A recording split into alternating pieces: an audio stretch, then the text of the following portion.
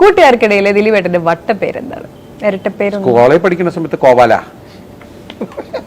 പക്ഷെ അങ്ങനെ ആരെങ്കിലും വിളിക്കോ? ഇപ്പൊ അങ്ങനെയല്ല, ഇപ്പൊ പലരും ദിൽ, ദിലു അങ്ങനെയൊക്കെ ഉള്ള പേരുകളാണ്. ഇതൊക്കെ വിളിക്കാം. ഇനി നമ്മൾ മിമിക്രി ചെയ്ത് തുടങ്ങുന്ന സമയത്ത് ദിലീപേട്ട, നമ്മൾ ഏറ്റവും ആദ്യം ഒരാളെ അനുകരിക്കുക എന്ന് പറയുന്നത് നമ്മുടെ കോൺഫിഡൻസ് അവിടെ നിന്നാണല്ലോ തുടങ്ങുക. അപ്പൊ ദിലീപേട്ടൻ ഏറ്റവും ആദ്യം അനുകരിച്ച ആള്, അതിനുശേഷം കോൺഫിഡൻസ് ബിൽഡ് ചെയ്ത് അനുകരിച്ച ഒരാള്? ഇല്ല, ഞാൻ ആദ്യം അനുകരിച്ചത് ഒന്ന് സ്കൂളിലെ 2 സാറുമാരെ തന്നെയാണ്.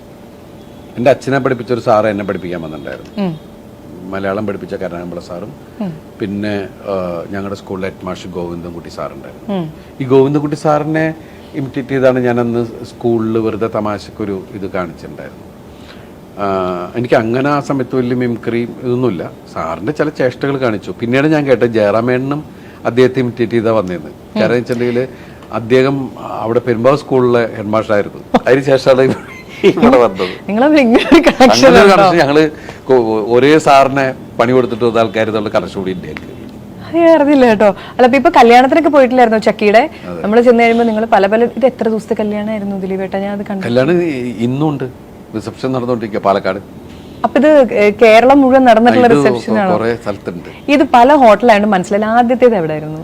ആദ്യം തുടങ്ങിയത് നമ്മള് ഹയാത്തില് തൃശ്ശൂരില്. സംഗീത് അങ്ങനെ ഭയങ്കര രസമുള്ള പരിപാടിയായിരുന്നു. ഞങ്ങള് കാണുന്നുണ്ട് ഫോട്ടോ വീഡിയോ. പിന്നെ ജയറാമേന്റെ ഒരു കോമഡി ആയിട്ട്, ജയറാമേട്ടനും കണ്ണനെ കൂടിയുള്ള ഒരു കോമഡി ആയിട്ടൊക്കെ ഉണ്ടായിരുന്നു. ഭയങ്കര രസമായിരുന്നു അത്. പിന്നെ അത് കഴിഞ്ഞ് കല്യാണം ഗുരുവായൂരിൽ പോയി.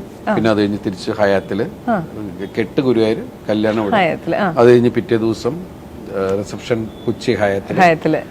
അത് കഴിഞ്ഞ് തൃത്വ അവന്റെ ടാറ്റയുടെ അവിടെ ഉണ്ടായി. പിന്നെ അത് കഴിഞ്ഞ് ഇന്ന് പാലക്കാട്. ഇനി തമിഴ്നാട്ടിലും ഉണ്ടോ?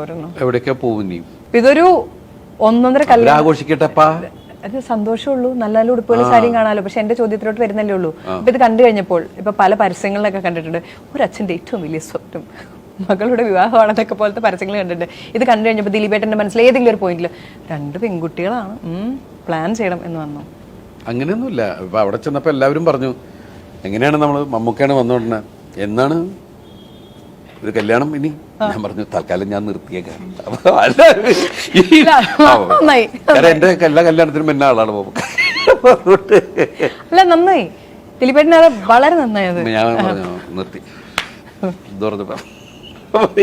ഇവളെയാണ് കാരണം മമ്മൂക്ക കണ്ട ഉടനെ നീ തൂങ്ങണ്ടോ എന്ന് ചോദിച്ചു. കാരണം വെച്ചിട്ടുണ്ടെങ്കിൽ ഇവളുടെ കൈ തൂങ്ങി കിടക്കുന്ന ഒരു ഫോട്ടോ ഉണ്ട് അമേരിക്കയിൽ പോയപ്പോൾ.